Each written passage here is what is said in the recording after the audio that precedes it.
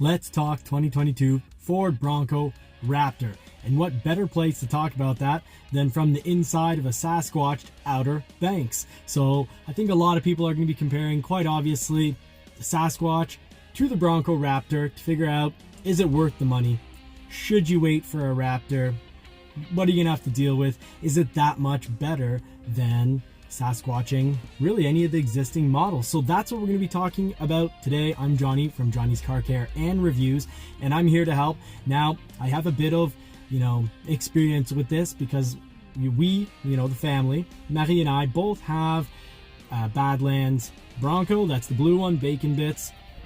It's not Sasquatch, but it does come with BF Goodrich KO2 tires, 34s, and well, the new Bronco Raptor is going to be coming with 37s. Same brand, same tire. So we know a bit about that. We also have, I have my Outer Banks Sasquatch that I'm sitting in right now. So let's put the pedal to the metal, jump right to it, and talk all about this Raptor.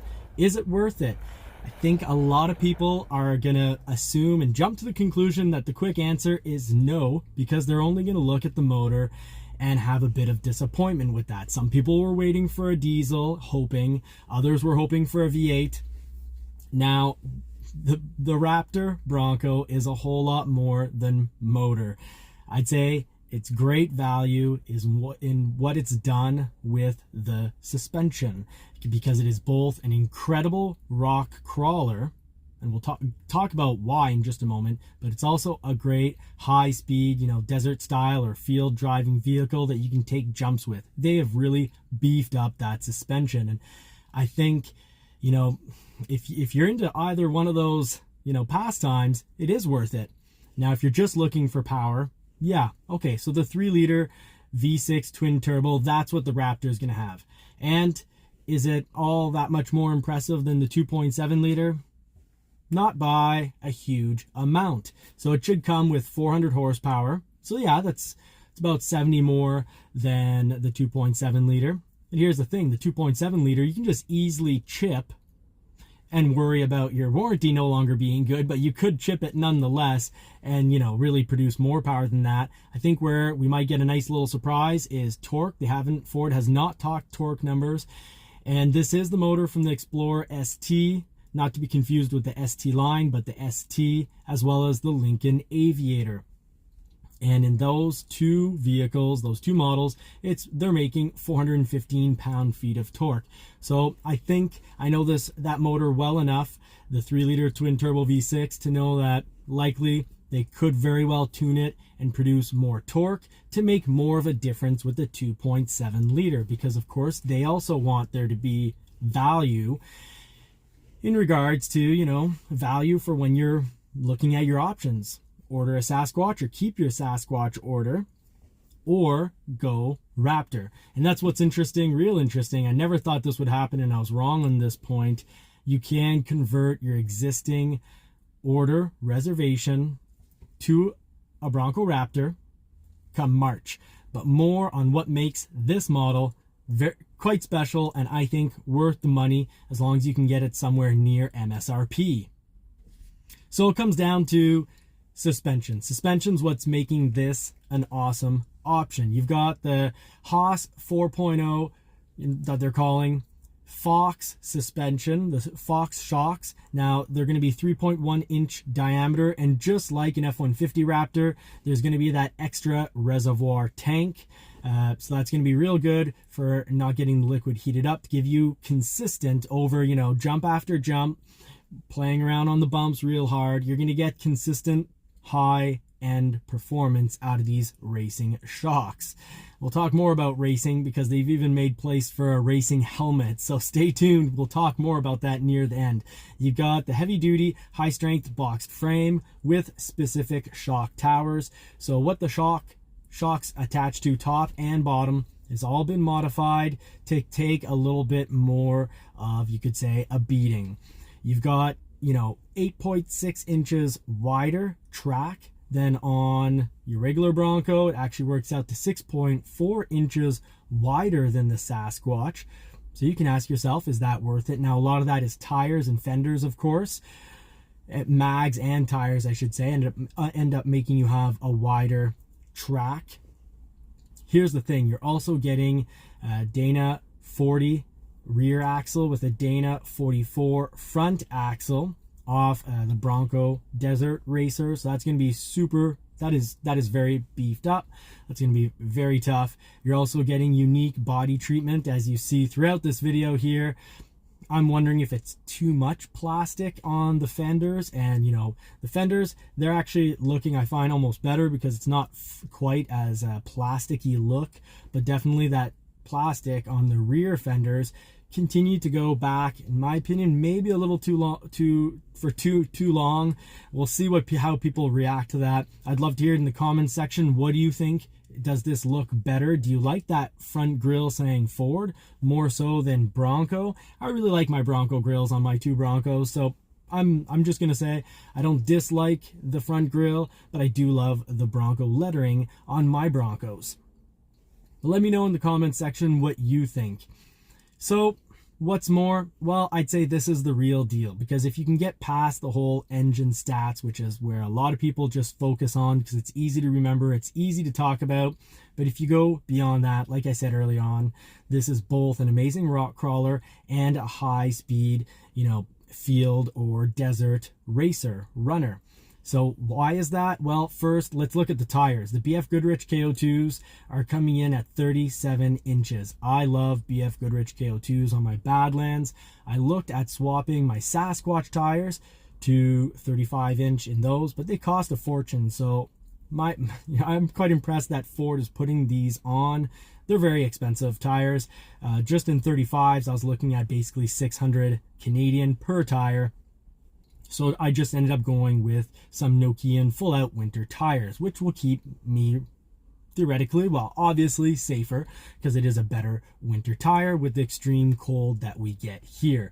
But I have more videos coming out on the differences in Broncos, and I will have a whole section on tire talk. So just like and subscribe to hear more about tires. Let's just focus more on this Raptor. You're getting 13.1 inch ground clearance.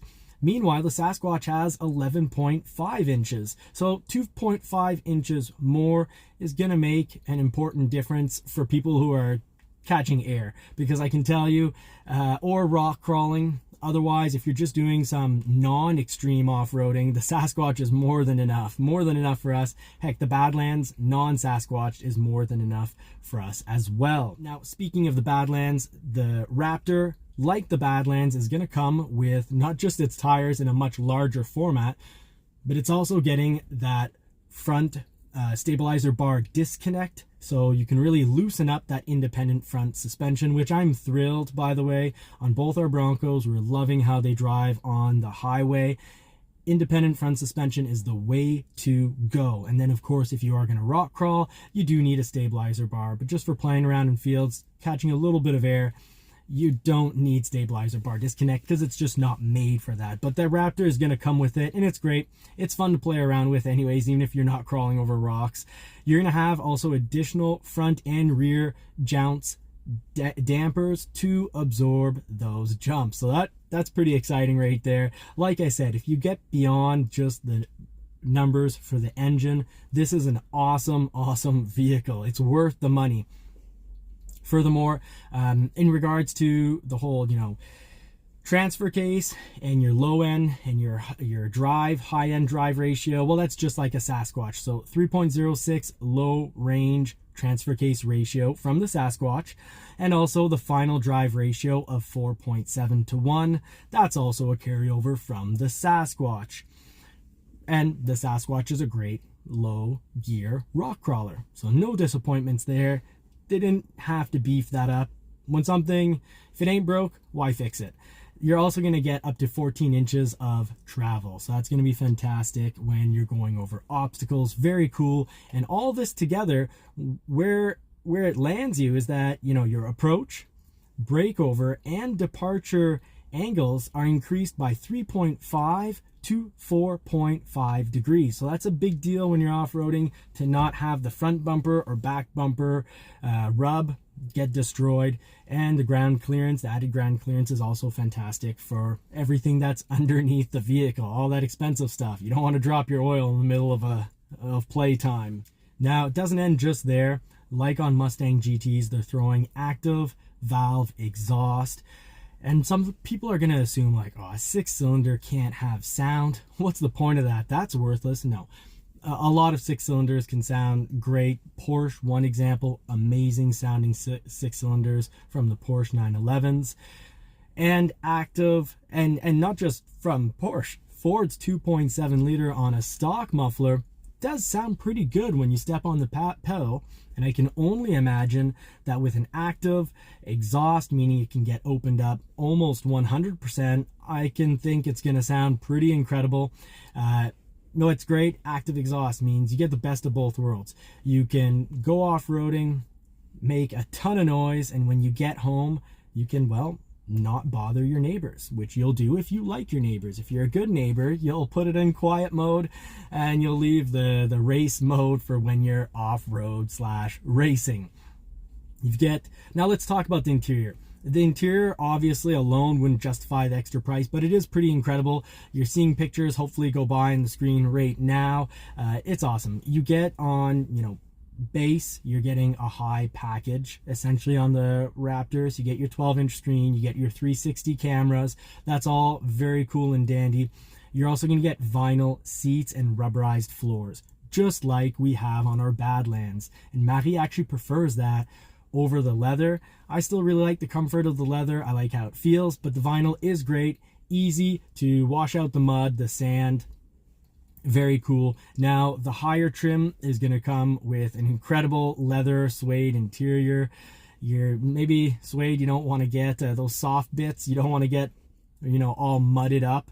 But don't worry about the carpeted flooring. I was originally worried about ordering an Outer Banks for that exact reason, but the molded floor mats really do the job. That's what I have in this Outer Banks Sasquatch right now. I already find it's a monster of a machine, so it's crazy to imagine the Bronco Raptor being about another 2.5 inches higher and even wider. I'm really happy with the Sasquatch. So for me, this hits every checkbox. It's a 9.9 out of 10 in regards to satisfaction. I'm thrilled. I'm loving this machine. But if you want more and you've got more money in your pocket than me, the Raptor's going to be just perfect for you. Just got to get past the whole engine. And the 3-liter twin turbo 6 is incredible. The ST flies. That is a fast motor. And I've driven the ST, which weighs a lot, just like the Raptor will. It's probably going to come in around 5,500 pounds, similar to an ST Explorer, and that motor does an amazing job at getting it out there, having fun, moving you along. Now here's one concern I do have. Ford pulled off a small miracle in having 35-inch off-road tires, like I have on this Sasquatch, sound great and be comfortable on the highway. And the BF Goodrich KO2s, well, I've always been impressed by them. And, the whole suspension setup of my Badlands Bronco doesn't ruin the tires in any way. It's also great on the highway. But will Ford pull off another small miracle and have 37-inch KO2s mixed with their suspension create a comfortable, quiet ride? Well, we'll have to wait to find out. They pulled it off on the Sasquatch, so I have faith here. I think they can pull it off again, but we'll have to wait to find out. Now, let's talk about the premium interior. Those are some pretty plush materials. Don't worry about the floor carpeting, but the suede seats with leather wrapped bolsters are awesome. And the bolsters are more aggressive. They come out more to hold you really in your place, but already I find the Bronco seats to have really good bolstering.